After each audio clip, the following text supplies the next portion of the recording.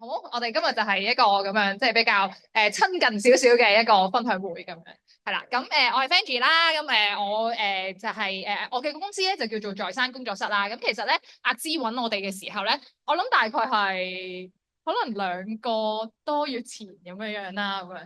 咁係啦，所以咧都真係如頭先咁講咧，我哋其實成個即係準備咧，都係一個比較即係急啲嘅狀況啦。但係喺一個咁急嘅情況，點解我哋做到咧？我呢個我都賣一個關子，可能可以最後先至講。咁好多因素令到呢一件事可以咁樣即係促成到今日順利開幕啦。然後我哋嚟緊亦都會有一啲分享會咁樣樣啦。咁我先分享一下咧，就係從策劃嘅角度究竟我哋點去諗成件事啦？開幕分享嘅時候都有講到，就係阿芝同我哋去接觸啦，然之後佢去講原來佢已經咧做咗一個咁樣樣嘅項目咧，2、3年㗎啦咁樣樣。咁然後咧喺呢一個項目入邊咧，其實佢哋認識咗好多嘅婦女，每個婦女咧其實佢哋都會有自己嘅一個故事喺入邊咁樣樣。咁呢一個部分咧，對於我哋要去做展覽策劃咧，好重要嘅位置咧，其實係因為本身機構或者社工或者前線同事阿芝啦、Jackie 啦，同埋Irene 啦，係啦、子蘭啦咁樣。咁其實佢哋同啲婦女本身已經建立咗一個信任嘅程度。頭先 Kevin 都有講噶嘛，即係點解即係大家藝術家第一次見各位，然之後要上你哋屋企喎咁樣，你哋會願意俾佢哋上去屋企啦，跟住然後願意去傾偈啦咁樣。其實前面呢一個即係信任咧，其實係好重要嘅咁樣樣。咁所以對於我哋嚟講咧，就係我哋都睇到今次呢一個計劃同服務對象啦，我哋叫做之間嘅嗰個關係咧，其實已經有一個比較深啲嘅連結啦。咁所以我哋咧都覺得，咦，我哋都可以嘗試喺一個咁短嘅時間之內，盡力去籌備呢一件事出嚟咁樣樣。咁我哋就邀請咗2位藝術家啦，咁樣樣。咁其實唔係我一個去諗，或者唔係我一個去決定邀請呢一個藝術家嘅，係同事阿 Tiff 啦都有幫手啦，即係 Tiff 就喺呢一度做咗好多即係關於統籌同埋策劃嘅工作嘅咁樣。係啊，阿 Tiff 喺度啊，係啊，去。係啦，咁樣好重要嘅角色啦，咁樣咁我哋邀請藝術家嘅時候咧，其實最初我哋係想藝術家每位藝術家去探訪4位婦女啦，然之後原意就係想通過藝術家佢嘅一啲諗法啦，或者佢嘅一啲做創作嘅能力啦，可以消化咗佢哋見面嘅幾位婦女嘅故事，然之後咧做一件作品或者做一個系列嘅作品出嚟，呢個就係我哋最初覺得喺呢個時間性入邊可以做到嘅嘢嚟嘅。咁但係後來咧，當藝術家佢上到去每一位婦女屋企睇咗大家嘅故事之後咧，好似係2位藝術家都傾向咧覺得好似係可以個別咁樣樣做創作嘅，亦都可以係邀請婦女一齊去到做創作嘅咁樣。咁所以今日大家見到展覽嘅部分咧，其實係見到8位婦女佢哋獨立嘅一個創作同埋佢哋嘅故事咁樣樣。咁而咧我哋咧其實都我哋做成個展覽策劃啊嘛，咁我哋其實都要諗好多咧，就係咁做唔做得切咧？我哋展覽展示點樣去配合咧？咁樣樣。咁亦都好彩咧，就係我哋喺成個溝通嘅過程入邊，其實都幾順暢啦。就係我哋其實都 keep 住捉住啲藝術家，喂，你嚟緊咧，你同 Debbie 會做咩㗎？咁啊講清楚咁啊，咁我哋可以預備咁樣樣。因為我哋要處理好多，其實就係大家見到嘅一個物理空間上面嘅安排咁樣樣，係啦。咁而我哋咧其實係去到展覽佈展當日啦，咁係我哋團隊要嚟 set 好晒啲基本嘅嘢啦，跟住下午咧就先至係藝術家啊或者婦女啊佢哋嚟到呢一度再去處理自己個別嘅作品咁樣樣。咁我哋嚟到嘅時候咧，都係要即刻咧去處理好多咧，就係咁呢一個空間可能俾我哋睇，平時睇住個圖，睇住我哋叫 floor plan 啊，平面圖啊，實際嘅空間同我哋想象嘅可能細咗少少喎。咁我哋現場又點樣調節咧？咁我哋嘅角色就比較多咧，就係處理咗喺呢一啲周邊嘅部分咁樣。係啦，咁即係呢個就係即係我哋做展覽策劃嘅部分諗咗嘅嘢啦，咁樣。咁然後其實阿芝都好好嘅，就係咧佢一路咧都會去再去諗下啊，究竟佢哋有啲乜嘢嘅資源可以配合到啊，令到呢件事更完整啊，咁樣樣。咁譬如今日呢一個分享會啦，其實我哋都可能好倉促咁樣樣去安排啦，咁樣或者之後幾日嘅一啲分享會都係啦，咁樣。咁但係咧，我哋都會可能去同翻藝術家溝通啦，同翻婦女溝通啦，即係去確認一下，喂，我哋即係過幾日我哋就想做一個咁樣嘅事情啊，做唔做到啊咁樣？咁我就覺得喺我哋所有無論係機構啦，無論係設計做平面設計嘅朋友啦，無論係我哋做展覽嘅團隊啦，藝術家啦或者婦女都好啦，其實大家都係好盡力咁樣去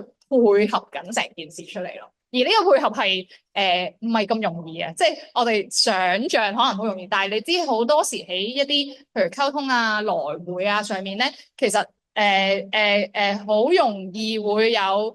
係啊，甩漏啊或者錯漏都會有啲咁嘅機會，但係今次就好彩啦，亦都大家都好理解成個背景係點樣啦，而配合發生呢件事，而我哋亦都見到咧就係藝術家啦、婦女啦，佢哋都漸漸地咧覺得，咦，好想將件事再做好啲啊，係啊。一路都有一個咁樣樣嘅意願喺度，即係團隊亦都係好想將件事再做好啲，所以就會喺一個有限資源啦、有限時間嘅情況之下咧，就我哋而家就係我哋盡力之下就做到咁樣樣啦，係啦咁呢個就係想讓大家知道㗎啦，咁樣樣。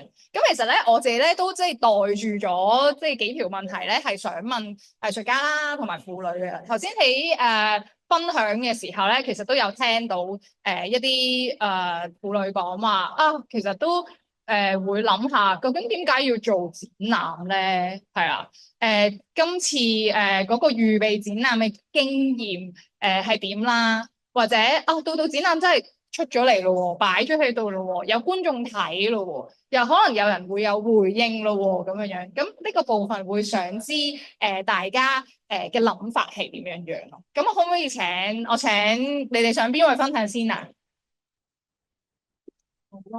好啊，May 分享先。俾定你喺開始嘅時候，可以大聲啲，係啦，係分享，係有嘅有㗎。有個人得啦，我嘅嘅。喺開始嘅時候咧，真係唔知道咩㗎。我問咗阿知好多次，因為我自己本身因為做開嘢咧，好實際嘅嘛人。咁我成日問呢個問題就係、是：嚟睇嘅人咧，佢攞啲咩走啊？係咪啊？即係實際啲講啦，佢嚟睇嘅人攞啲咩走啊？咁我做嗰個西嗰人又會講啲咩，令到嗰個人攞啲嘢攞啱佢嘅嘢走咧？我係咁諗喎，我就係咁樣開就咁樣諗啦。所以我攤喺嗰度咧，就話啲風鈴啊，同埋講緊我自己嘅嘢噶嘛。咁呢啲嘢點會同人哋分享嘅？對佢有乜好處啊？即對佢有咩好處？佢哋睇到乜嘢咧？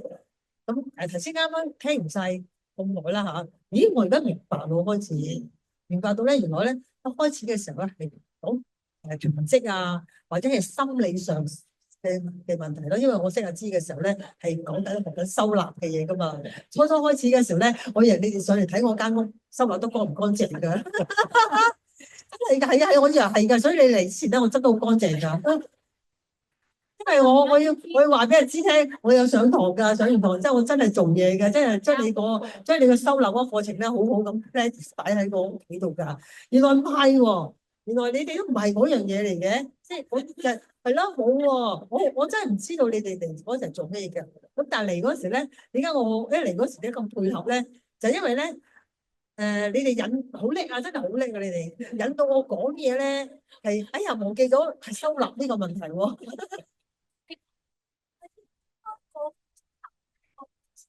唔係喎，你嚟到嗰時咧，點解會即係會唔知點解用咩嚟引導到我咧？嗱嗱聲即好多嘢咧，你哋又問好多有咩啊？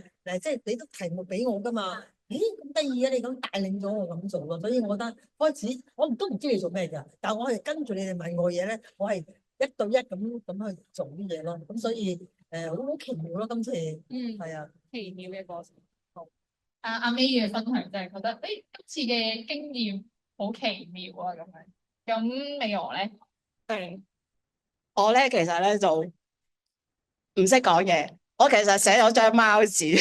有冇邊一個啱答啊？咁我就唔會，因為都係時間關係啦。咁我就係啦，即係好似同阿 May 一樣，教邊科啊咁樣，跟住又要家訪喎。我自己心諗啦，我好真人上我屋企，跟住咧阿師就話，其實藝術家軒老師都好歡迎你哋上去屋企。跟住我自己諗，我都好憎上人哋屋企，咁上去做咩？又冇嘢食咁樣，係咪做齊晒啊？結果又係做齊晒。咁我首先講翻啦，即係頭先都去翻我頭先有講過嘅問題啦。咁首先我就係接觸咗之後咧，就第一個見面咧就喺護理協會嗰度嘅。咁我上到去你知我都咁大年紀啦，咁突然間上到去，哇，3個後生仔女坐喺度，即係坐到好端正咁樣。死啦，金梅3對1，我完全對藝術冇唔認識嘅話，咁點算啊？咁樣咁後尾就入咗房咪大家係傾下偈啦。咁我又唔知點解，我又傾下咧，我就話我媽媽已經去世咗2年多啦咁樣。咁跟住傾下就話不如上你屋企睇下啦。咁我心諗上嚟做乜嘢咧咁樣？都一定係知。係啊，咁跟住咧就係再傾下，因為佢哋話想去家訪咧就會認識你多啲咁樣。咁我唔知點解突然間我彈咗一句出嚟，咪即係心理醫生。我唔知點解我會彈咗一句咁嘅出嚟。咁我心諗，是但咯，上嚟成，我唔知點解我會應承嘅。咁咁好啦，我話做即時啦，因為如果你係啊，因為再約日子就好難嘅。咁同埋OK 啊，原裝上去，你睇到乜就睇到乜。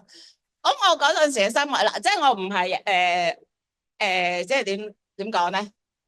係點講啊？即係我唔係唔尊敬，即係我係唔好啊！即係佢俾你哋上去睇下你哋可以鬧到啲咩料先咁樣。接受挑戰係咪？係啊，冇錯。係一種接受挑戰。係啊，應該係啦。我都幾反斗，我都好衰。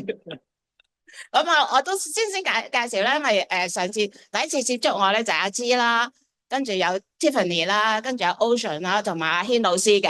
咁跟住喺應該係，如果我冇記錯咧，就係家訪即日咧，我就大家又傾下偈咯。我唔知點解咧，突然間咧係啦，我就會講我媽媽離世咗啦。咁跟住我就話我好憎紅色黑色嘅咁樣。咁跟住咧，我話我而家學緊書法，我唔知點解，K 老師又突然間彈咗一句，書法咪即係黑把，你話你唔中意黑色嘅，咁我當時我就都即刻呆一呆。咁跟住佢哋三位年青4位年青人啦上到去咧，咁我對我間屋咧就好有興趣嘅咧，就係呢度又紅，做乜無端端貼個利是封？嗰度又無端端貼個利是封，做乜全屋都係紅噶？咁我自己嗰陣時，當時咧就會突然間諗係，我唔中意紅色，但係唔知點解咧，我生活咗喺呢度呢間屋咁耐咧，我又完全冇抗拒喎，冇特別喎咁樣。咁跟住咧就係我都再即係可能有啲亂亂地啦。咁當日咧我都有講到咧，咁我係好中意問問題嘅，即係我無論翻學啊，或者有時有啲導賞咧，我見到有啲唔明嘅嘢咧，我一定會問嘅。咁如果問唔到答案，我係唔開心。咁跟住我就話自從媽媽去世咗2年多咧，我都日日咧就喺度問緊媽媽去咗邊咧咁樣。咁但係你話呢個係咪好困擾我咧？亦都唔係，即係只不過我唔知點解唔明白佢去咗邊啊，即係我好想知道佢去咗邊。咁我咪可以保護咗佢，保護到佢咯。因為102歲同埋得90幾磅，我好驚有人恰我咁樣咯。咁我即時咧唔知點解咧，我有同佢哋講噶。我而家明白，我知道我媽媽去咗邊啦。咁因為我頭先都講過啦，因為我係爸爸媽媽嘅基因構造出嚟嘅。咁跟住我喺佢哋嘅教導之下咧，大家生活方式啦、思維啦、習慣咧，已經完全好一致嘅啦。應該當然有時有啲都有拗撬啦。咁我會覺得爸爸媽媽應該就喺我身體入邊，喺我思想入邊。咁我繼續一路生活咧，就會好 OK 嘅。咁自從我自己揾到呢個答案之後咧，我就已經冇再問呢個問題啦。咁我覺得係好開心咯，因為唔使日日都諗住一個問題，但係又冇答案。咁我都有唔知你哋會唔會話，你問呢個問題真係好傻，或者你覺得呢個有問題，咁點解你會唔去問下神父啊，或者僧侶啊，或者你啲朋友咧？咁我覺得唔得，因為咧佢哋一定俾到嘅答案咧，我一定接納唔到嘅，我一定要去自己揾分析過先 OK 嘅咁樣咯。咁跟住咧就係我再不如跳一跳啦，唔好講咁多咧。咁就去到叫做咩上架嗰一日啦。咁到最後做咗啲小動作之後咧，咁跟住軒老師咧就話：你啲嘢可以擺上去啦咁樣。咁好啦，咁我擺咗上去。咁到最後咧就擺翻個亞加力箱嘅時候咧。咁啊，我又扮嘢咧，又跟阿軒老師啊左望右望前望後望啦，咁梗係啦。咁跟住咧望完之後咧，我就企咗喺正前方嗰度。咁跟住其實我當時有個感覺嘅，我唔講住先，就係賣下關子先。咁跟住你知軒老師係高㗎啦，咁我企喺度望。咁跟住軒老師突然間喺我耳邊講。我唔記得我有冇望佢，但係我記得佢嘅語氣係好溫柔、好開心嘅。佢喺我耳邊講，佢話：俾我，你係咪覺得好有家嘅感覺？咁我唔知你哋，如果係你哋咧，你哋會答啲咩咧？咁我即時咧，我其實應該跟住我冇望佢嘅，我就好我諗我都幾嚴肅，或者係個語氣好平淡咧。我係答咗一個好傻嘅問題。咁我話：我反而覺得，因為我個箱咧係媽媽鐵打油啊，嗰啲玻璃啊嗰啲，咁我就話反而我覺得咧呢啲玻璃樽嗰啲咧擺咗落去咧好安全。咁跟住咧，我自己我繼續冇望阿軒老師，我就係望住嗰個箱。咁跟住咧，我唔知佢會唔會即刻彈開，或者佢當時嘅心情咧會唔會好 down？冇搞錯啊！或者決定以後都唔同你呢啲老餅去合作，又唔識藝術，又多嘢講，跟住而家問你呢個問題咧，竟然俾我呢個咁嘅答案，我真係抌心咁樣。咁跟住咧，而家我其實我就係知道有個分享會咧，我就好希望喺度講嘅。咁好啦，咁我亦都唔講我當時嘅感受先。咁我跟住翻到屋企，我就喺度諗下啦。我中意諗嘢，又中意問嘢。咁我當時我就諗下點解我會再重新去諗下？咦，點解軒老師會用呢個方法，會用亞加力箱咧？咁樣有啲咩好處咧？咁樣咁可能佢哋上過家訪啊？我唔知佢係咪真係佢哋應該觀察力好微細嘅。咁佢哋上到間房嘅時候咧，就係其實由頭到尾行過晒噶啦。咁我哋兩間睡房咧嘅窗簾係好薄嘅，即係唔係話人哋嗰啲要遮光布嗰啲先得啦。咁另外咧，佢出到嚟啦。咁我個廳咧有一個細細地嘅亞加力箱咧係裝嘢嘅。我唔知佢係咪注意到呢樣嘢？我其實係中意呢啲亞加力箱嘅。咁跟住我記得阿軒老師咧就問我一個問題啦。你幾時開始冇個窗簾布嘅喺廳？咁我話30幾年啦，真係㗎，我哋住咗差唔多30幾年，我記得係2、3年之後就冇喺廳咧就冇再掛嗰個窗簾㗎啦。咁跟住我就話我同我媽媽都係好中意打開啲窗，希望啲陽光啊、風啊同埋出邊嘅聲音咧可以入到嚟屋嘅。咁我唔知係咪因為根據，即係我又估下，應該可以由阿軒老師補充下。咁跟住唔知係咪因為呢啲資料咧，我咪做咗呢個阿加力箱啦。咁我就講翻我之前話 set up 咗之後擺好之後，我企喺正前方，我有啲咩感受啦。咁當時我真係企喺正前方，距離大約3尺度啦。咁我唔知點解無端端嗰陣時咧，我係真係企到好直嘅，我唔係好 hea 咁樣 hea 好 hea 咁企喺度嘅。咁跟住其實真係立刻立刻，唔使話1/4秒啊、1/2秒啊咁樣。咁我即時有個感覺咧，就係個人好安靜、好舒服，好放鬆。咁同埋咧，我係真係覺得當時媽媽真喺我前邊，其實咧唔止喺屋入邊，喺街外咧，佢其實都一直喺我身邊咧保護住我嘅。咁係一個係聯繫嘅，原來我嗰陣時嘅感覺係真係咁樣。咁跟住咧，我就係係啦。咁而家我就係帶出第二個問題咧，就係我原來係缺乏到某一啲嘢，我仲未係解決到，但我唔知原來仲有呢一樣嘢嘅。咁我就之前咧就係我哋每一個參展人咧，就因為我哋要做導賞嘛，咁都希望即係了解下其他嘅參展嘅背後嘅意義啦。咁我哋嗰日因為 set up 緊咧，就阿軒老師就會講佢嗰3個啦。咁另外阿凌老師咧就講佢4個啦咁樣。咁啊好多謝好多謝 Ivy 咧，我哋其中一個朋友咧又 send 咗啲嗰個錄音俾我哋聽，等我哋知道咧就好好點樣去導賞嘅。咁佢講到我嗰 part 嘅時候，咁去到最後咧，原來 Ivy 咧俾咗我一個答案，因為佢係講即係除咗話即係好感動之外咧，佢就話其實你媽媽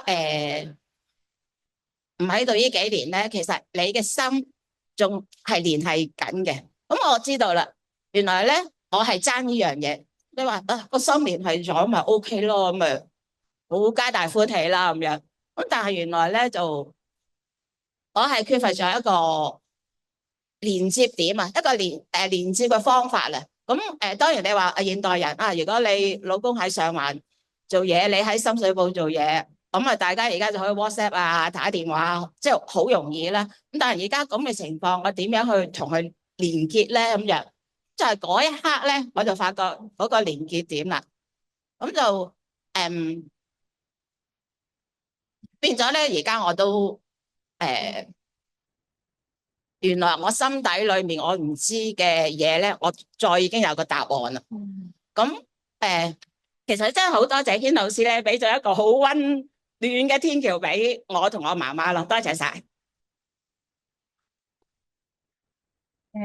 多謝美豪呢個分享。其實頭先聽到好多關於即係除咗美豪嘅感受啦，就係原來咧我哋做展覽嘅時候咧，我哋其實有少少咧係將你原本喺屋企已經有嘅物品咧，用一個好有儀式感嘅方法啦，或者係隆重其事咁樣樣，即係可能將一啲好日常嘅嘢，我哋擺喺一個展台上面啦，我哋用一段文字去介紹佢啦。通過呢一啲方法咧，其實係讓大家重新再認識你哋原本喺屋企嗰件好日常嘅物品。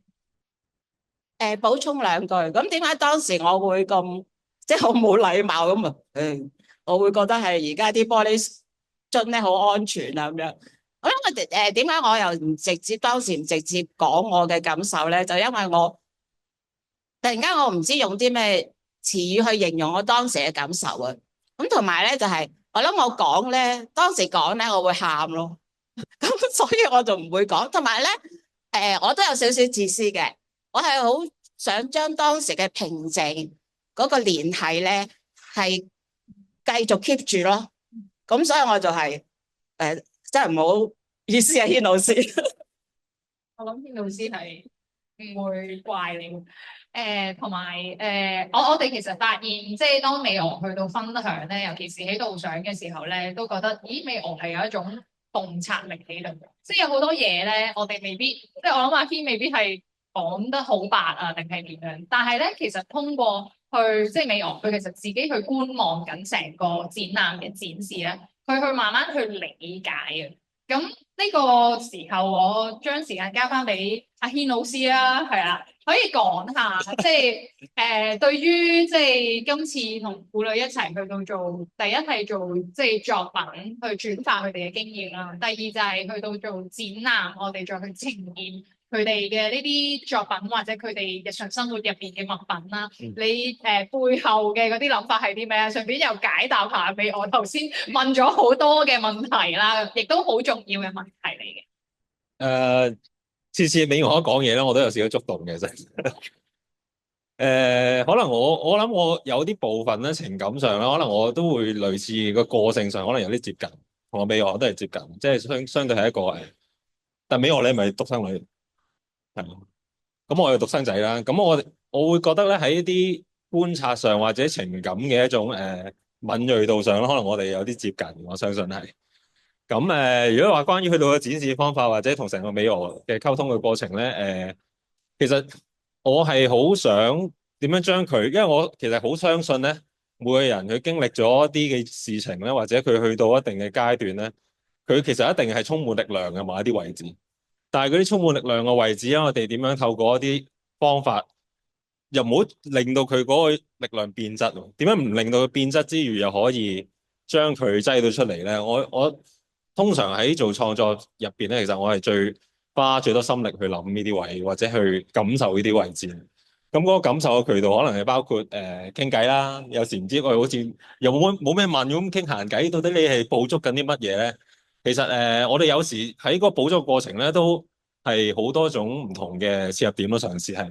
但係我哋冇諗得好清楚嘅每一次，其實就係相信我自己每一次做創作咧，甚至係我係冇帶任何前設去當係每一段歷程都係新嘅一樣嘅。所以我每次見一個人啦，或者每開一個創作啦，其實我都係盡可能希望抱住一個完全冇偏見、冇前設嘅一個角度去理解件事開始。咁如果你話見美俄嘅時候咧，其實我哋嗰日喺婦女中心好似傾咗2個鐘定係3個鐘。咁咧我就都會覺得唔知我就好快會覺得佢喺一啲情感嘅嗰種敏鋭度上，我覺得我係聯繫到美俄嘅，喺嗰陣時已經覺得佢好直覺嘅，雖然係，但係唔知點解嘅都係。咁跟住就會好想去下美俄嘅地方啦。跟住咧美俄嗰個 case 我特別想邀請佢去我屋企嘅。個原因係因為我覺得可能會就住呢啲他者嘅物件咧，佢會可以諗翻自己啲嘢，因為有時係透過嗰種折射咧，係諗翻自己嘅事情啦，即係包括可能呢個箱你原本已經真係屋企嘅，但係點樣透過一個另外嘅方法，又令到你諗起一啲原本你冇用呢個角度去諗起嘅一啲嘢咧。咁用膠箱其實我自己嗰陣時最想嘅方法就係最想做到咧，好似你喺你屋企入邊咧，筆一格出嚟咁樣。點樣筆到一格出嚟喺你屋企掏空咗一格出嚟，然後擠到呢個空間上邊，而係你可以聯繫到啦。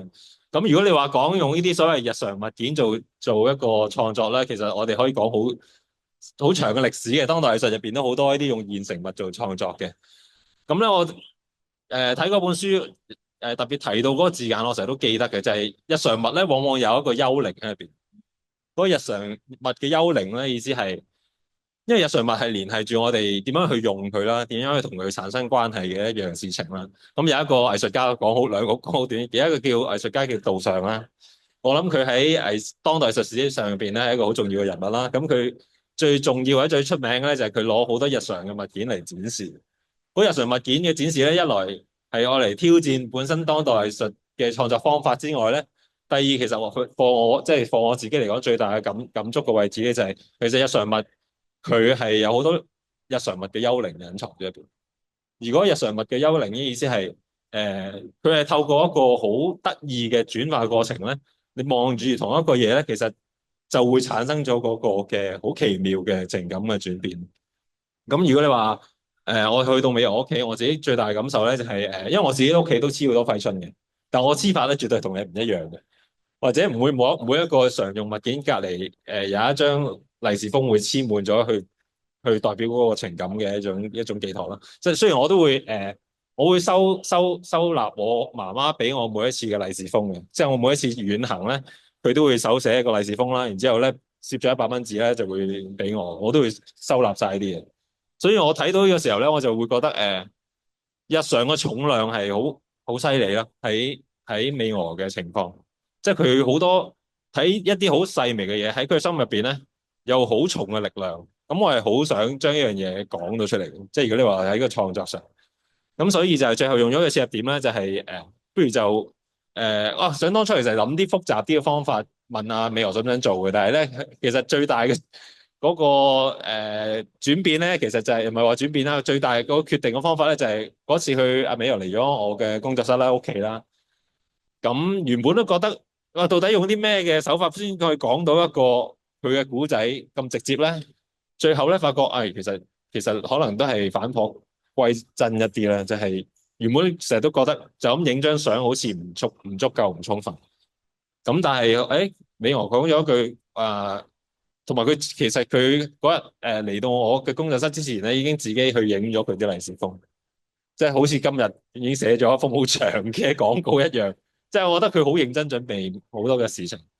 咁就所以佢嗰陣時講話好觸動嘅嗰一啲説話咧，就係包括話唔知媽媽喺邊度啦，或者佢影咗啲相。我雖然嗰陣時用智能手機去影，但係我覺得嗰個相嗰個質感咧，其實已經有嗰個感覺。即係佢嘅眼光已經有嗰個力量喺度，我只係輕輕去將嗰啲嘢疏通佢，即係疏通意思係包括你有嘅嗰啲嘅箱啦，有嘅利是封啦，你捕捉個角度，我只係將佢疏通佢，將佢展示出嚟，其實佢已經好足夠。咁阿軒咧頭先講緊咧，其實係講緊藝術家嘅一個日常嘅練習啊，即係呢一個咧，其實係藝術家做創作嘅時候咧，日常譬如你可能覺得自己屋企冇咩好睇，但係如果有一個藝術背景嘅人佢上到去咧，其實唔單止係藝術背景嘅人啦，但係好通常地藝術家上到去，佢哋係可以通過你嗰件物件啦。你嗰件物件放喺邊啦？佢係有個背後嘅，我哋叫做脈絡啊 context 啊，有個背景嘅幾時咁樣出現嘅？點解咁樣出現嘅？就會呢一啲嘢咧，都會吸引到藝術家咧，佢去慢慢去考究究竟咧呢樣咧其實係點咧咁樣。所以當即係我哋即係想去做一個關於即係原則性嘅展覽啦，其實我哋覺得呢度其實係講緊人同物件之間個關係。而我哋點樣通過藝術家佢嘅眼光啦，或者佢嘅一啲轉化嘅技能啊，去到將咧嗰啲原本嗰件物件咧唔單止淨係講緊嗰件物件，而係講緊嗰個物件背後嘅故事，或者嗰個物件聯繫住大家個內心其實嗰個情感係乜嘢嚟㗎？咁呢個咧就好係即係究竟點解我哋喺個計劃嘅呢個時候，我哋想邀請藝術家進入啦，然之後去幫手做呢一啲我哋今次展覽嘅一啲展品嘅創作嘅原因咯。另外可能簡單補充一兩句咧，就係我諗最想補足嘅，除咗嗰個物件本身咧，就係好希望將即係例如美俄本身啦，佢自己去望咗呢件物件。頭先佢講咗，其實佢諗好多嘢，即係望呢件物件又諗好多嘢，一種無法言喻嗰種感受咧，亦都傳達俾觀眾咯。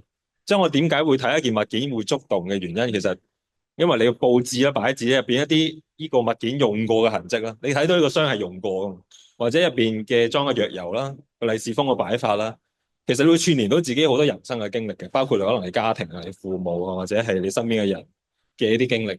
咁我希望將嗰種好似好冇辦法言喻嗰種感覺咧，透過呢個物件去講。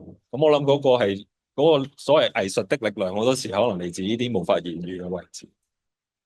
係呢個都係咧點解我哋係用個物件嚟講故事，或者係通過因為阿軒同美昂之間佢哋有一個物件，咁佢哋因為呢一個物件咧而可以展開咗頭先所講嘅咁多嘅對話，咁其實中間要有一個即係有個文件喺度，都係一個重要嘅事情。咁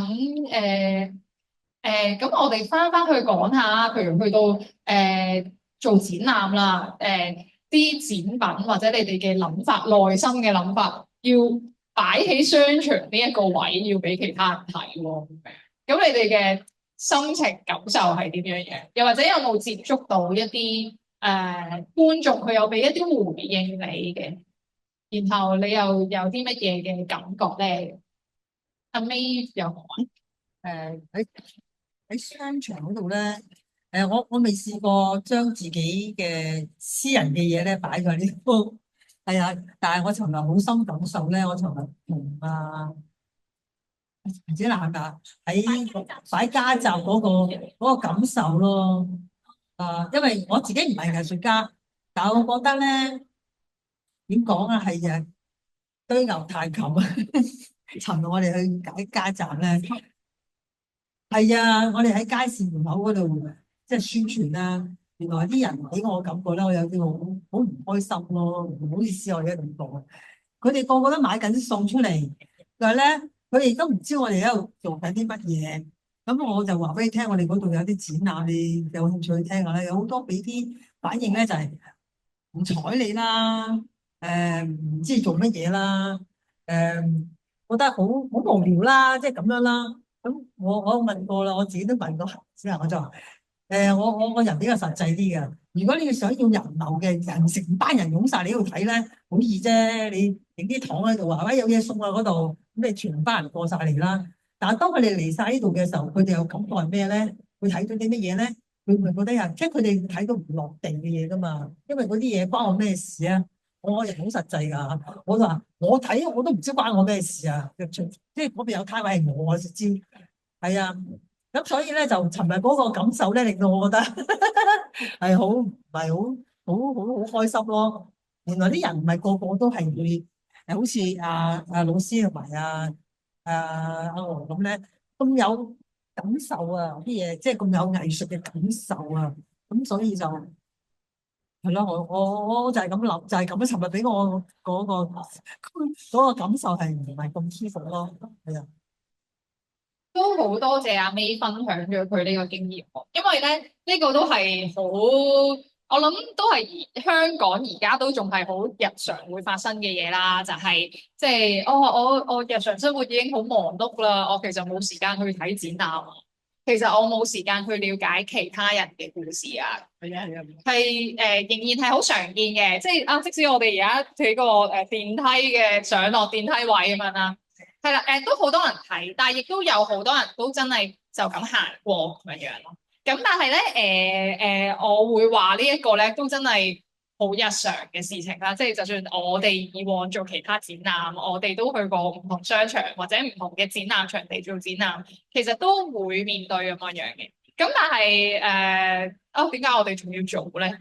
或者點解阿芝要揾我哋做咧？咁樣咁不如阿芝你講下，不如係啊，好想知道咯。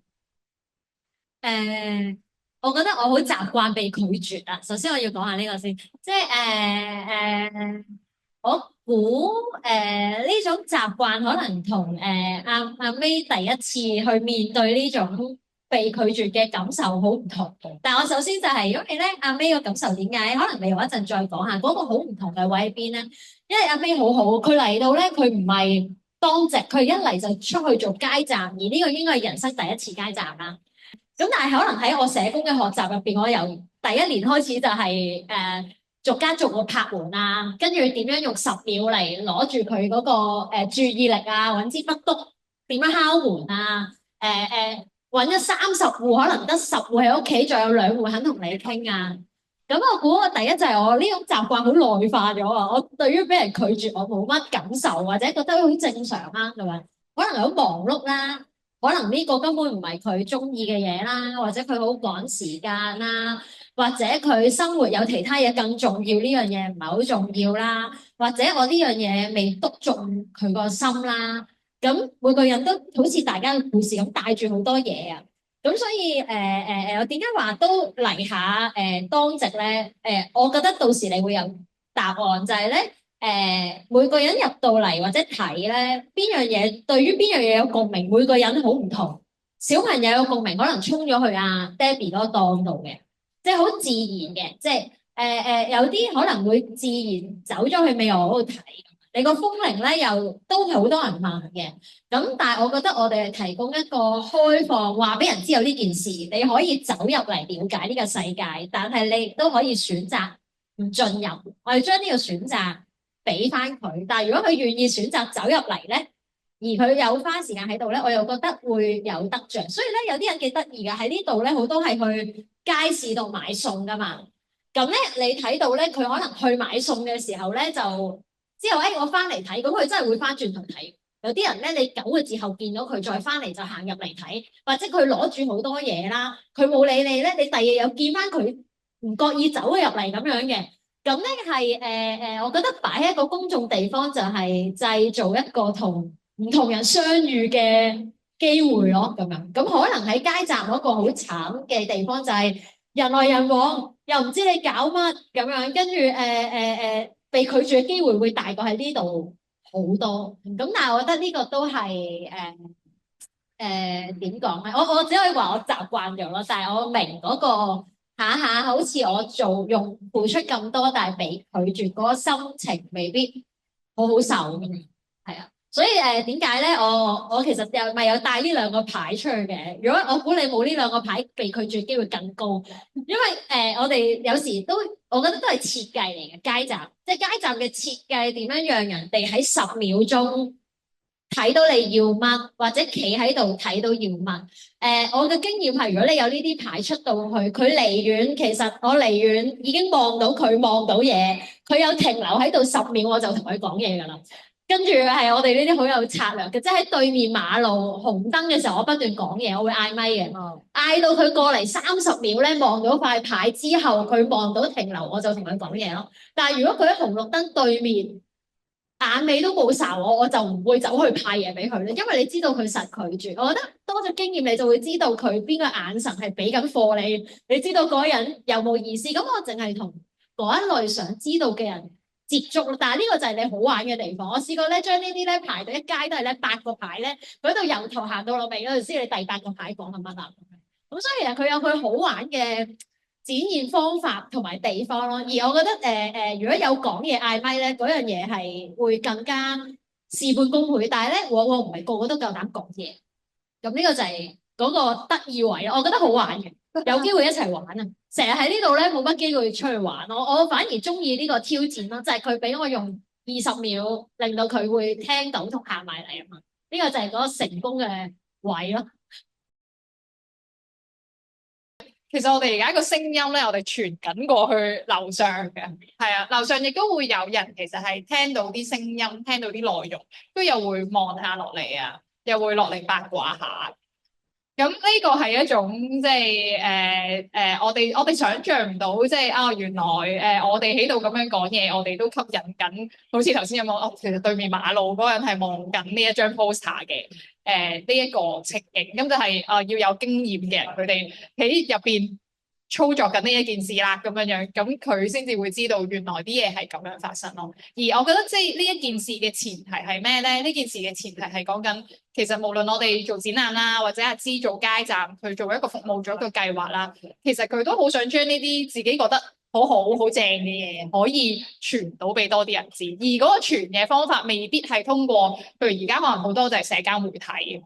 但係通常社交媒體啲人會去睇，會去讀我哋平均可能啲片啊，或者啲片啦，我哋會睇到嗰個時間，可能啲人係駐留3秒嘅啫。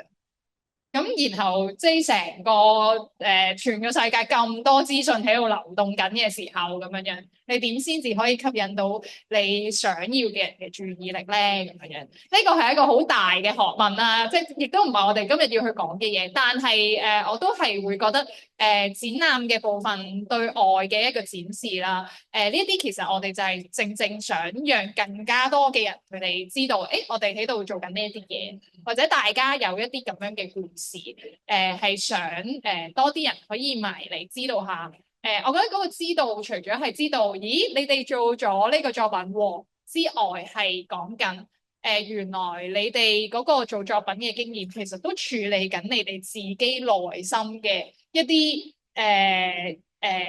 回憶啊，或者過去嘅嘢，或者係一啲情感情緒嘅嘢咁樣。係啊，咁呢個都係即係點解我哋會做呢一個？即係點解哇咁短時間我哋都要跳入一個咁嘅坑入邊咧？就係我哋覺得呢個都係一個好好嘅機會。我哋嘅角度就係呢個都係一個藝術教育嘅一個平台嚟嘅。其實我哋讓大家一齊去經歷，同埋呢度有唔同嘅參與程度。你哋參與程度會比較高啲啦，因為會直接同藝術家有溝通啦，有交流啦咁樣。咁但係展覽嘅觀眾，佢哋都係參與緊，佢哋都係用眼睛睇緊，佢哋都係會有佢哋嘅觀察，佢哋都係會有佢哋嘅分析咁樣。咁都想請阿軒講下喎，即係你都做好多展覽喎，即係作為一個藝術家啦咁樣，即係可能而家呢一啲嘅展覽同你過往做緊嘅展覽其實係好唔同嘅咁樣。咁但係點解要做展覽咧？即係首先，如果你話做展覽咧，有唔同嘅場域啦。咁如果你話其實藝術館一般嘅展覽咧，係唔會好似喺呢種場域入邊嘅觀眾接觸唔到嘅，永遠。即係有啲人永遠唔會去藝術館嘅，或者你去新藝術館咧，可能只有你旅遊嘅時候去下打卡啊，或者你覺得好似要去下藝術館或者博物館喎，咁先去過嗰個地方。咁但係有時可能都未必透過啲展品感受到乜嘅，因為係一個睇即係事物或者睇藝術品嘅方法，可能有時咁啱唔啱 channel，咁就可能對應唔到。咁如果你話做展覽，點解要做展覽？其實我其實某一日開始咧，可能幾年前開始有一日咧，突然間覺得我一擘大眼咧，就覺得自己喺個展覽度，即係個感覺咧，我唔知點樣同大家去形容啊。我當然會明白做展覽同埋你一擘大眼就係展覽，佢係兩碼子嘅事，我當然明白啦。但係其實好多時一個展覽入到一個藝術空間嘅展覽咧，佢會經過一種設計啦，經過一種人為嘅過程啦，經過一種感受嘅分享嘅一啲痕跡嘅過程啦。唔知大家有冇一個印象睇過一單新聞咧，就係有一個觀眾啦，即係佢啲比較調皮啲咧，就喺個藝術館入邊咧，就放低咗個眼鏡喺地下度，跟住咧所有觀眾咧就圍觀，以為個眼鏡係藝術品嚟嘅。唔知大家有冇呢個印象？咁我覺得有啲人就覺得哇，其實藝術係咩嚟㗎？或者笑呢件事咧。但係其實我調翻轉諗呢個事情嘅，就係其實我哋入藝術館嘅時候咧，先至會問下日常物係乜嘢。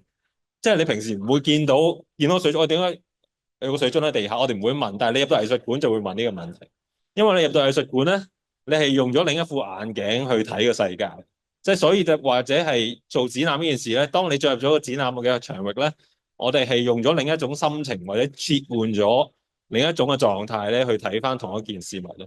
咁嗰個其實係一個話俾你聽嘅一個進入嘅入口咯。即係你等於入去電影院或者戲院，如果唔係太難睇咧，你都會坐定2個鐘睇套戲噶嘛。即係睇一個導演或者一個成品點樣去分享啲影像俾你知道。咁有藝術館都係嘅，我哋都係我哋要一入藝術館，可能我需要打開你嘅眼睛啦，需要打開你嘅心啦，去感受唔同嘅事物咯。咁所以我覺得做展覽嘅其中一個原因就係展覽都有佢嘅特定嘅儀式感啦。或者入去展覽同埋其實做展覽或者睇做電影或者係做一啲讀書會，其實都好多時係一啲方式去幫一啲觀眾或者參與者咧，其實係切換一啲心情或者狀態去理解緊一啲軟性嘅嘢，特別係咁啲軟性嘢即係可能一啲文化嘅知識啦，或者係啲情感上面。咁我覺得做展覽都仲係需要嘅原因就係其實佢係一個冇辦法用言語去講嘅嘢嘅時候，我哋有呢啲方法去揀，即係展覽啦、電影啦、文學啦。咁我哋有啲唔同嘅手法去嘗試將一啲冇辦法分享到嘅嘢，用呢啲方法去分享俾人知道。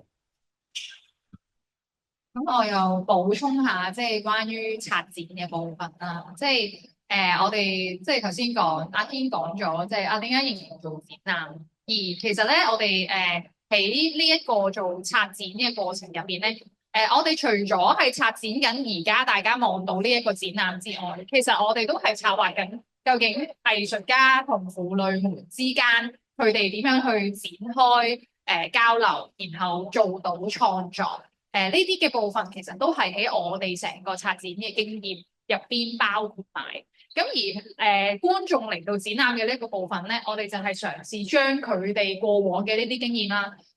大家見到有除咗有作品之外，其實會有展覽嘅文字啦。展覽嘅文字係即係藝術家啦，我哋策展團隊啦，同工啦，係啦，婦女啦，咁我哋係一齊去諗，咦嗰個我哋要，如果我哋除咗件物件之外，我哋用文字嘅話，文字又應該點樣去講呢一件事啊？咁呢啲咧都係又係大家俾咗好多，即係喺好短時間之內俾咗好多努力入去，令到一啲觀眾佢哋可能對呢件事係完全冇認知嘅，唔知係咩嚟嘅，但係佢可能會因為個物件啦，或者因為文字啊，其實我哋好多人咧都好慣睇字啊嘛，即係未必睇作品先嘅喎，係睇咗字先嘅喎。咁我哋點樣寫一個好好嘅關於成個展覽嘅介紹咧？咁呢個都係我哋即係事前去預備嘅一啲工作啦，咁樣。然後係成個展覽嘅擺位啦。電梯落到嚟睇咗咩先啊？門口入嚟睇咗咩先啊？咁呢啲其實我哋都有一個即係規劃同埋設計喺入邊，係希望咧嚟到嘅觀眾咧，佢能夠佢唔係淨係睇或者唔係淨係用個腦，而係呢個係佢哋成個嘅身體經驗。咁同埋今次好好啦，我哋仲有一個部分咧係 Debbie 嘅部分喎。Debbie 嘅部分咧係好互動喎。咁呢個咧就係都係啦，即係阿軒同 Debbie 一路去即係交流嘅時候，一路去諗啊，究竟即係可以喺個展覽度做到一個乜嘢嘅程度咧？因為當我哋即係收到阿軒講嗰個 idea 嘅時候，可能我哋都要諗一諗，就係咦，如果展覽有一個咁互動嘅部分，咁我哋又點去處理？而因為呢度係個商場嘛，而佢又要係安全嘅咧，咁樣。咁可能都可以請 Debbie 可以分享少少啦，即係你而家嗰個展示做咗出嚟咯喎，咁樣你覺得點啦？同埋即係你期望呢一個展示可以令到你之後你仲有啲真人圖書館嗰啲活動啊嘛？嗰啲互動可以點樣發生咁樣？我聽到你哋做呢個展覽啦，跟住同我傾偈啦，跟住就開始發掘到個海底世界時咧，我已經好興奮，你自己心度笑出嚟啦，我就哇！我平時做啲嘢咧喺學校先可以俾啲學生展覽，而家能夠喺商場度一齊分享我嘅作品喎，真係好興奮。咁我即刻請第二次咧，佢哋嚟我屋企傾偈咧，一齊做呢個作品咧，我即刻話不如咁啊，你哋一齊做啲海底啲嘢嚟睇下啦。咁你個個咧都要好努力咁做喎。咁我覺得我真係好玩喎。除咗做咗作品之後咧，除咗展覽你哋故事啦，我都希望啲輕鬆啲嘅，所以我將你哋啲展覽，即係我啲舊物品啦，我就覺得咧都係創作嚟噶嘛，只不過將佢變成一個玩具啦。咁又要諗翻起咧，咦，其實我好耐前咧都有同我仔做過親子玩具嘅喎。咁啲玩具咧就係我仔嗰時8歲嘅。咁玩完之後咧，覺得都好有呢個話題好啱佢啦。咁我順便拎埋出嚟。咦，同啲觀眾一齊玩都幾好喎，有意義，唔係淨係得我同我屋企人玩，可以同啲其他小朋友玩。咁呢幾日咧同啲小朋友玩，我感覺到好開心。原來個玩具可以延續落去啊！同埋另一個蛋糕啦，又係喺 board 嗰度咧，又只係我學校裏邊有人欣賞。而家拎咗出嚟咧，有人欣賞，一齊分享呢個蛋糕，又好開心喎。原來一齊分享其他呢啲剩嘅物品咧，係好開心嘅事嘅。咁我就希望呢個活動咧繼續延落去我哋嘅創作啦，又可以互動啦，其實真係好開心喎。其實咧，我嚟咗呢2日當晚咧，翻屋企瞓唔着嘅，真係。我唔知點解興奮到，可以瞓翻，興奮得滯。係啊，Debbie 個蛋糕收藏咗好多年㗎啦。我哋咧10年啦，我哋咧一上到去咧，佢就問咗我哋幾次，你哋有冇人生日啊？我想攞個蛋糕出嚟啊咁樣。所以 Debbie 係好喜歡分享嘅，係啊。咁而咧呢一個即係展覽嘅場域咧，其實都即係俾到一個平台佢，即係佢係一個好自己本身好中意分享嘅人啦。咁所以佢就可以喺度做到佢嘅分享。但係咧，我知咧有啲婦女咧，可能咧比較害羞啲嘅，冇咁即係覺得我要將啲嘢分享晒出嚟啊咁樣樣。咁我就係想睇下在座有冇啲婦女可以分享講幾句。我講啦，係啊，有冇啊？有冇啊？有冇啊？可以分享兩句啊！咁難得我哋咁多人喺度啊，今日唔使。OK，Jenny 頭先已經分享咗啦，係啦，咁就讓大家知道啦。其實我哋有好多位婦女喺度，咁其實大家性格啊各樣其實都係好唔同嘅咁樣樣，係啦。咁所以喺呢一個計劃入邊，都真係俾我哋睇得到多啲，就係原來咧有咁多唔同背景嘅婦女喺度啦，然後佢哋諗法係唔同啦，但係我哋喺呢一個計劃啦，喺呢一個展覽嘅展示上面啦，其實都可以包容到大家咁唔同嘅一啲表達喺度，係啊。咁咧而家嘅時間係。我哋仲有半個鐘嘅時間啦，咁樣咁睇下咧，想知道在座咧有冇觀眾有啲咩嘢想知啊？因為咧頭先講到嘅內容咧，其實都幾闊，大家可以諗下咯。跟住可以睇下，有人好啊，俾個咪你啊，唔該阿軒，唔該唔該。我唔係妹嚟嘅嚇，唔係妹，講笑啊！講啲唔好笑嘅嘢咪笑咯，係咪？咁樣咧就其實就好多謝阿 Debbie 咯，係啊，又係 Debbie，我真係感受到佢嗰種嘅熱誠啊！佢話瞓唔着，我覺得都係理所當然嘅，因為佢喺我哋嘅一個嘅所謂 group 啦嚇個 group 入邊咧，咁就分享一啲似乎咧係唔係我哋呢個 group 裏邊我哋嗰個主題嘅嘢，但係佢好殷切咁樣去，唔單止一次嚇，就係即係都有兩次到啦，咁去分享，咁真係睇到咧，即係其實我初初都唔記得咗呢件事啊，直至佢再分享嘅時候咧，咁話都要嚟下啦，都要都要嚟下。因為嗰個 group 咧都好多時係你唔可以多講嘢嚇，即係我計即係以嗰個主題以外嘅嘢咧，似乎唔可以多講，但係佢好勇敢地咧係講出有呢一個嘅行動喺一邊啦。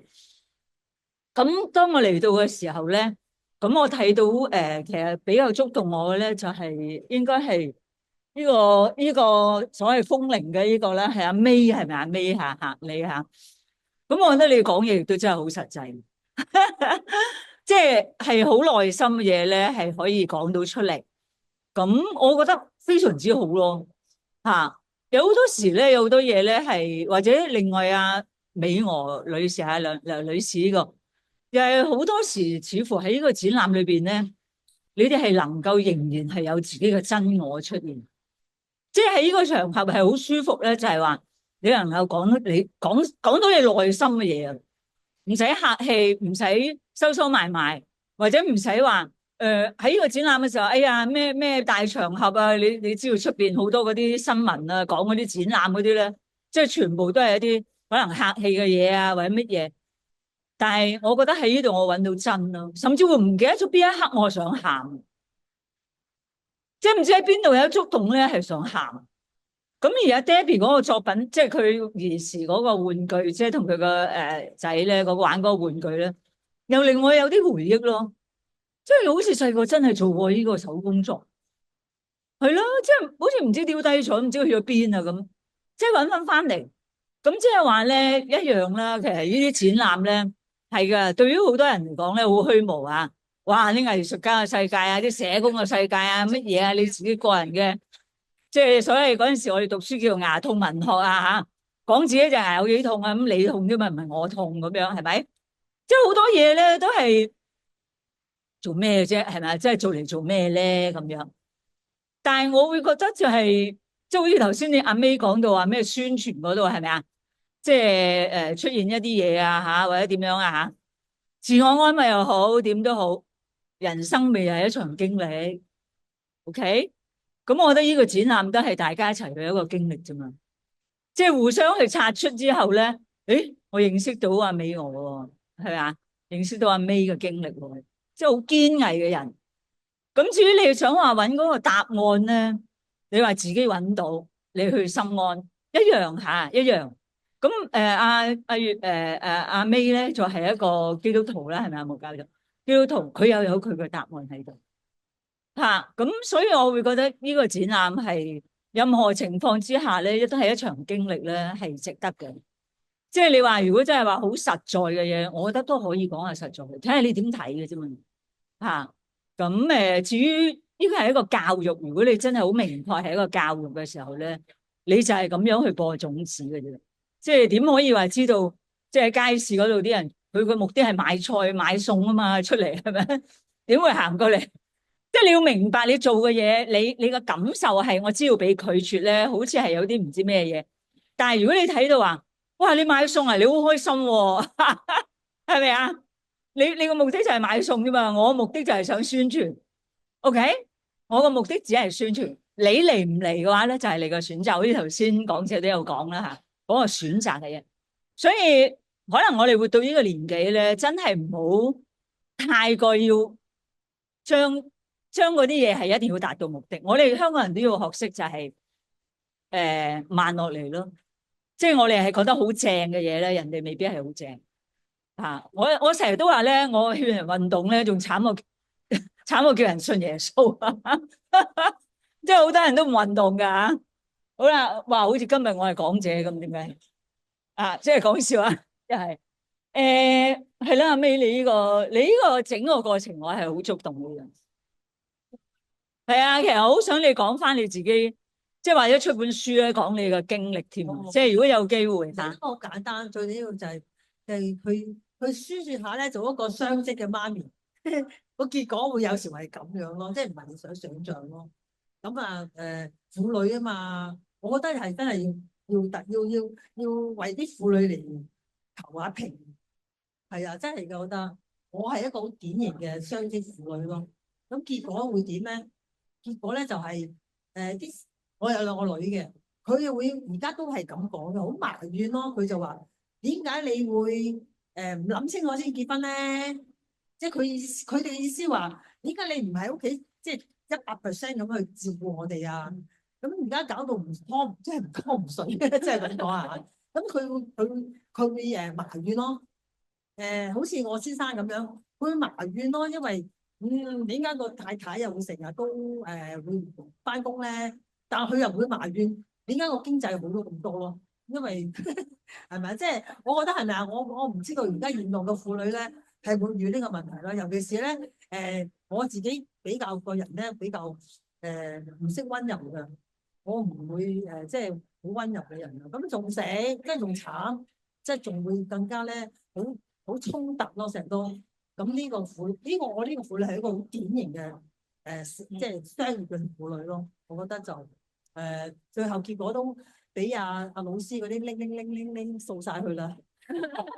係啊，呢個真係㗎。佢同我分享嘅時候話：用唔用響鈴啊？我好喎，呢個響鈴個聲咁清澈，我都覆咗佢啊！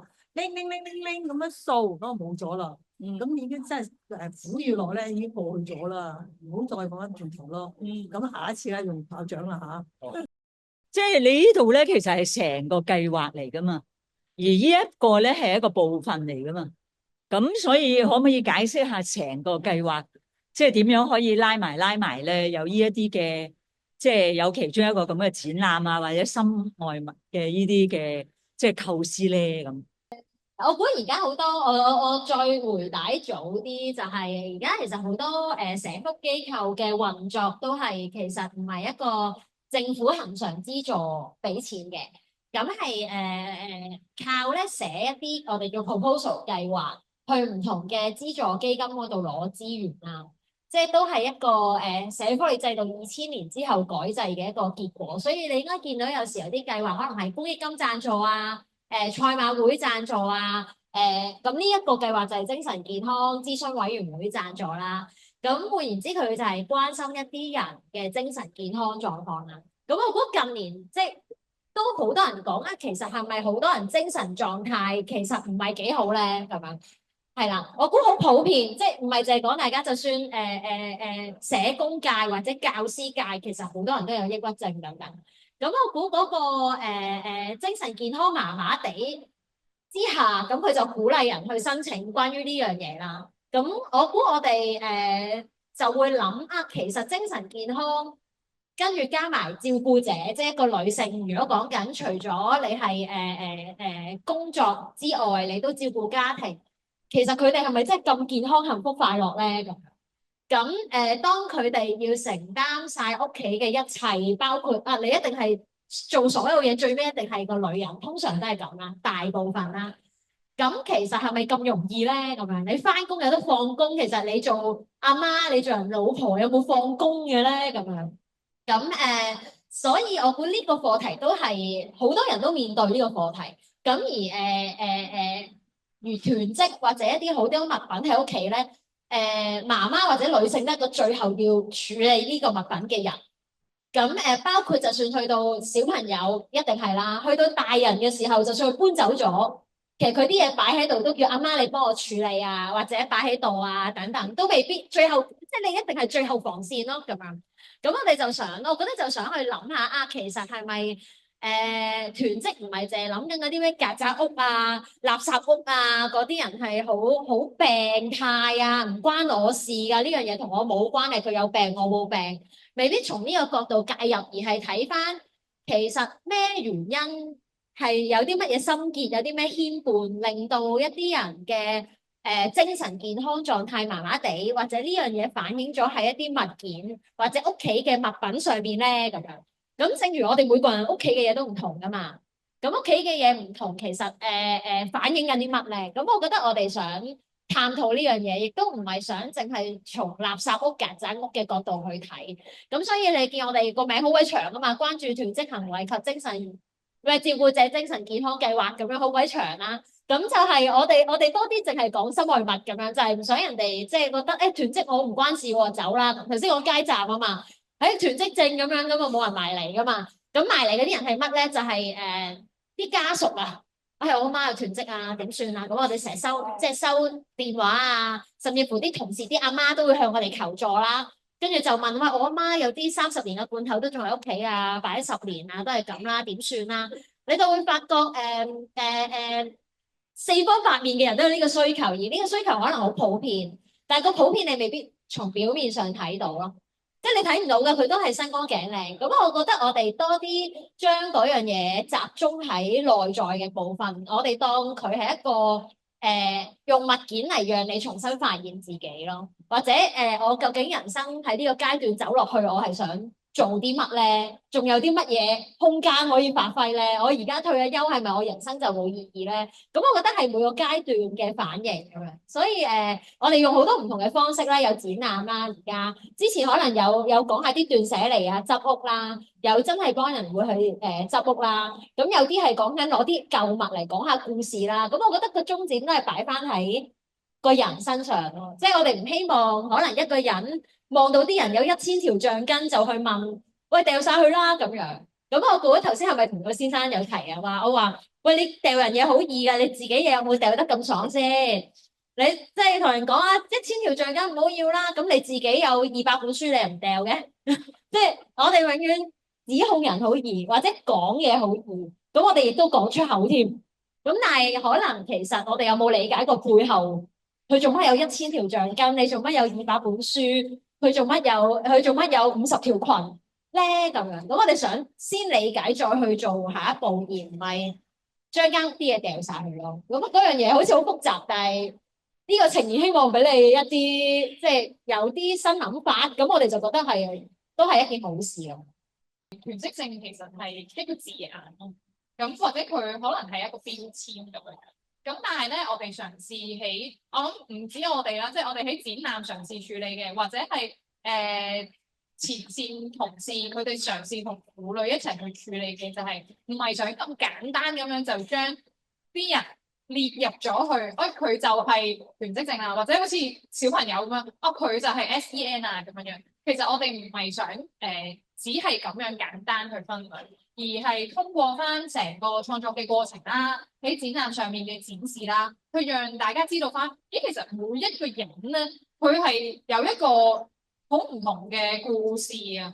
佢唔係只係 A、B 或者 C 啊，而係咧佢係通過好多佢嘅經驗，所以塑造咗佢今日。咁而呢一個今日嘅佢呈現緊呢一啲嘢，咁就係一個即係我哋想讓大家知道嘅。我哋唔係淨係想將啲人分類咗，咁就做完呢個服務就完啦咁樣，而係我哋真係好認真地即係同事啦，好認真咁樣去探討緊，咦咁喺呢一個主題入邊，其實大家面對緊嘅係啲乜嘢嘢咧？展覽係一個好好嘅方法咧，其實係頭先嗰位參加者都有講到，就係其實展覽係一個即係分享嘅平台啦。咁喺呢個分享嘅平台入邊咧，其實你會去揾到一啲可能同你有共鳴嘅人。我諗美俄嘅故事係好多人會有共鳴嘅，其實即係嗰個唔單止係你一個人嘅故事，而係你嘅故事亦都連結緊好多有類似經驗嘅人，可能佢哋都即係可能佢哋同你一樣問緊嗰個好傻嘅問題嘅，其實咁所以我覺得你即係大家每一個人喺展覽或者喺分享會或者頭先開幕嘅嗰啲分享咧，其實都係好重要，因為你將你嘅一啲諗法咧掉咗出嚟，令其他人咧都會再諗下，咦你點解會咁樣諗嘅咧？而我又係點樣嘅咧？咁有陣時展覽或者作品，佢有啲似係一面鏡子咯。你喺個鏡子入邊，你睇到啲咩咧？嗰個係來自你嘅經驗。咁啦，咁我哋睇下仲有冇人有問題啦。另外其實仲有少少時間，我有少少想再問下阿軒嘅，就係關於咧你同婦女一齊去做創作嘅時候咧。你其實你擺咗一啲藝術家嘅創作嘅技巧入去啦，一啲 treatment 啦，我哋會叫做，即係一啲方法咁樣樣。咁你又接觸緊幾個婦女噶嘛？咁譬如喺每個婦女嘅呢一啲嘅安排上面啦，你係點樣樣去作呢一個決定嘅咧？點解俾爹哋搞到咁大壇嘢啊？咁樣點樣去作呢一啲決定嘅咧？想知道下。我諗。如果普羅大眾理解所謂藝術手段咧，可能好直覺就覺得係一啲雕塑技巧啊，或者係一啲畫畫嘅技法啊咁樣。咁當然呢啲都係一啲方法啦。但係我諗當代上嘅創作，佢就包容住好多一種形式或者手段嘅。如果你話成個過程入邊，我面對唔同嘅對象咧，其實可能包括因為佢同一個匿喺工作室做自己嘢嘅創作嘅方式好唔同。即係而家佢有少少似係一種社區性嘅藝術方向啦，或者係一種協作嘅一種創作方向啦。其實喺呢種嘅框架之下咧，其實好多時就係需要係包括你如何去進入嗰人嘅生活啦，進入咗佢嘅生活之後，你要如何去理解呢個人啦，跟住佢呢個人係點，佢係一種咩嘅情感放咗咩位置啦，然之後佢嘅位置情感位置可能寄託住某一啲物件多啲。或者寄託住某一種物件嘅形式多啲，即係例如美俄嘅時候，利是封其實係一個好細微嘅一種着眼點嚟啫嘛。其實我想當初亦都冇諗住會可以攞得出嚟做作品嘅。其實即係如果話我諗緊呢個美俄屋企黐滿晒利是封，我到底點樣將佢變成一個創作咧？即係放我嚟講，我都有經過一段嘅思考過程，即係包括可能用一啲複雜啲嘅手法去演繹一個利是封啦，即係例如可能最直接翻翻，我不如直接畫個利是封啦。咁即係等於有啲話講香港嘅情懷就畫燒賣一樣。咁呢個係咪講到嗰個內在嘅情緒嘅位置咧？咁會經過呢啲嘅掙扎啦。咁利是封我哋唔可以直接畫，咁影相得唔得咧？或者拍片定點樣咧？同埋要考慮翻當然商場嘅限制啦。咁我諗經過一啲佢嘅唔同嘅一啲面向之後，個性啦、手段啦，或者其實就喺唔同嘅組合之下就得出一個結論咯，好多時都係。所以我自己冇抱有咩嘅前設，啱啱可能都特別提過，但係我好多時每做一個創作都會學識一啲新嘢係真嘅，即係包括可能因為做風鈴就學識咗做風鈴，亦都包括咗我都未試過咁樣可以用到，因為我用利是封一個咁細微嘅一個物件咧去做創作，呢個都對我嚟講雖然有啲手段都會似我某啲創作嘅，老實講。但係咧，用咗呢個利是封素材，用咗咁嘅方式，對我嚟講都係新鮮。咁我有啲考慮就包括美國可能見到啲相就係我唔用一個相框入住啦，即係而家用咗一個其實係一啲 file 嚟嘅本身。即係對我嚟講咧，我唔想件事太過重啊，即係再加個框。另外就係我有少少想係似係黐個利是封上去埲牆咁樣個感覺。即係其實一個可能類似利是封嘅尺寸啦，咁你就直接去黐翻上去嗰埲牆感覺。咁當然你係呢啲係好似好細微嘅位，但係其實係關於你嗰個閱讀成個閱讀嘅經驗或者感受嘅。即係定係可能阿美亞頭先都提到話點解要用一個舊式嘅照片，一菲林照片嘅方法？其實一啲好細微嘅嘢嘅組合咧，就會影響咗你點樣去睇嗰件事。咁包括係點樣去裝裱啦，點樣去嗰個相片係咩質感啦，或者可能擠嘅高度係點啦，黐嘅方法啦，其實佢透露咗好多線索係聯繫你嘅一啲記憶嘅。我覺得係啦，阿軒嘅講翻呢一啲咁樣嘅決定咧，其實好好，就係雖然大家喺個展覽度可能睇到嗰啲嘢咧，覺得好似好簡單咁樣，即係或者嗰啲技巧，我整個玻璃樽啫嘛，可能我都識啦咁樣啦。咁但係咧，其實入邊係有好多好細節嘅決定喺度啦，同埋有陣時咧，可能唔係只係得一個諗法，而係可能係有幾個諗法之間嘅一啲爭持啊，然後咧就去揀一個覺得最合適嘅。咁個過程入邊其實亦都有一個即係演變或者有一啲推進，去令到呢一件事最後走出嚟係咁樣嘅。